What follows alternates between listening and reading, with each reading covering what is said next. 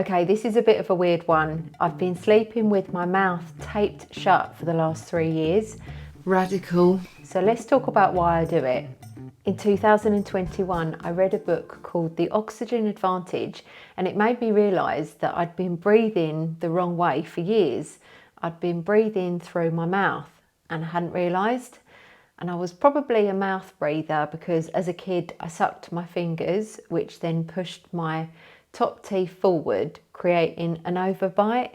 And then as a result of that, it made it tricky to close my mouth. And then I became a mouth breather.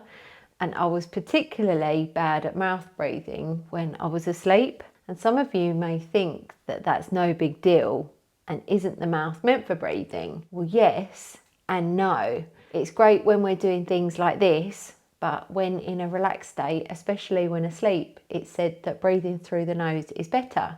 Some experts say that mouth taping is a load of old rubbish, while others say it's great, so it can be confusing. So I'll explain why I think mouth taping is a winner. I'll show you the tape that I use and also talk about some of the downsides. I started this mouth taping experiment in 2021 and I bought some standard 3M Micropore surgical tape, which is 2.5 centimetres wide. There is special mouth taping tape, which looks really fancy, but that costs loads of money and I think it's a total rip-off.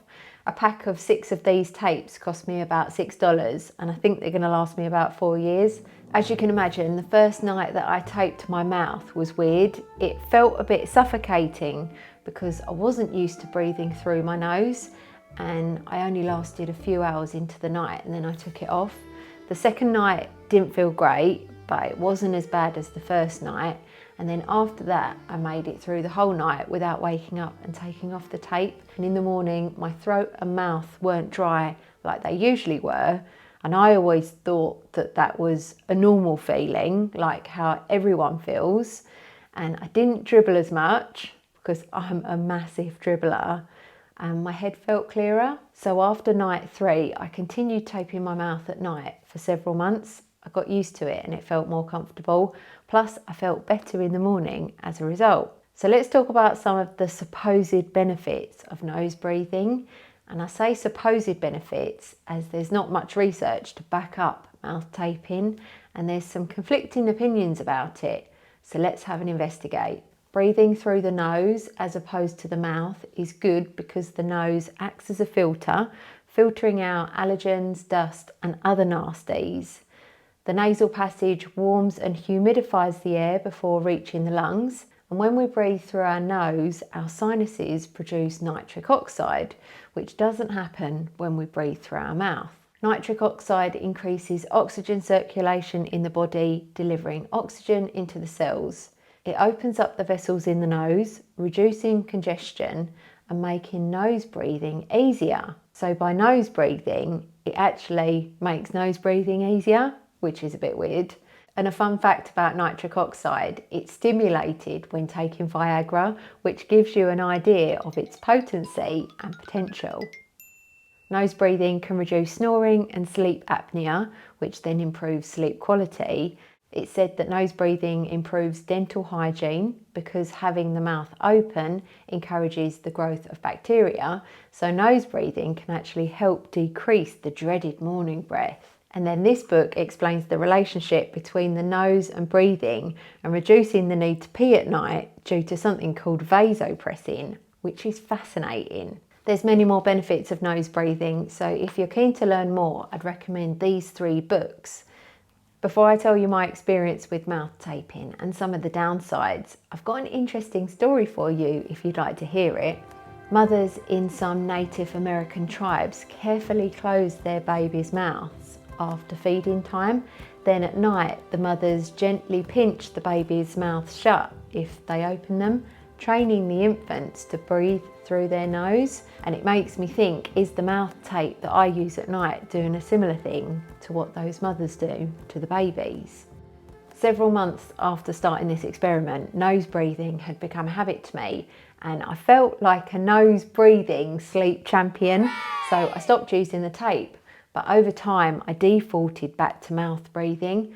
I'd wake up in the middle of the night or in the morning, and I could feel that my mouth was open and I'd have a dry throat and a dry mouth. My head felt a bit weird, kind of lightheaded, and I was giving Niagara Falls a run for its money in terms of dribble, so out came the tape again. And I used to wear the tape across my mouth like this. It felt okay, but it also felt quite restricted. Then I realised that there was no need to tape my whole mouth. This was about using the tape as a gentle reminder to keep my mouth closed, rather than forcing it closed. The point of this is not to create a hermetic seal across the lips. You see that on YouTube? Don't do that. There's no reason to do that. The point of sleep taping is to just train the mouth shut at night.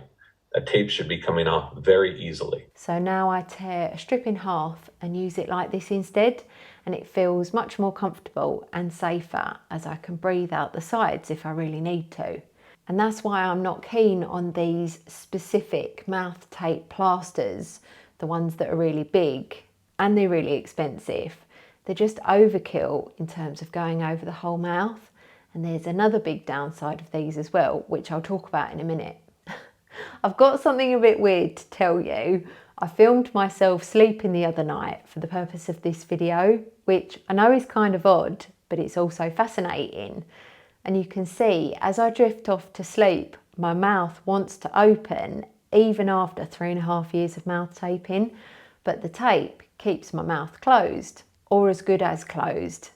And here's a few clips of me napping. As you can see, my mouth is open. So this proves to me that for me personally, mouth tape is beneficial. Otherwise, I would just be catching flies each night. Just quickly, 2 things that's really bizarre when mouth taping is sneezing and yawning. My goodness, that is quite an experience. I do apply a little bit of lip balm before putting the mouth tape on. That just means that it's easy to take off in the morning and that it just doesn't rip the skin on my lips off. And most nights the tape stays on, but sometimes it falls off and I find it in some really random places. This morning I've woken up without my mouth tape on and I wonder whereabouts it is. And I'll find it in all kinds of places. This is a new one. This one has got to be my best yet. The tape works well for me, but there are some downsides. When I used to wear it like this, wearing it for 8 hours or more a night, it caused some wrinkles around my mouth. And I think that was because the tape was restricting the skin and it couldn't move and be flexible. So it made some indents in my skin, Which I'm not overly happy about. That's another reason that I went for the smaller piece of tape and changed it to this way. And let's be honest, this look is not a great one, especially as I wear a sleep mask too. And sometimes I wear earplugs as well, which can end up being quite an odd sleeping experience. I'm interested to know, are you a mouth taper or have you ever tried it? I'd love to hear your thoughts about it in the comments. I've been mouth taping for over 3 years now, and given I've been doing it so long, you can probably guess that I like it. I sleep better, I wake up without a dry mouth and throat, I'm not dribbling 10 litres of saliva at night, and by taping my mouth, it's helped me become a nose breather during the day, which is a bonus. And a note to say that my friend tried mouth taping and she didn't get on with it. Then again, she is a natural nose breather. So I think this is a case of try it and you might like it, or try it and you might not like it. YouTube thinks you're going to like this video, so maybe give that a watch next.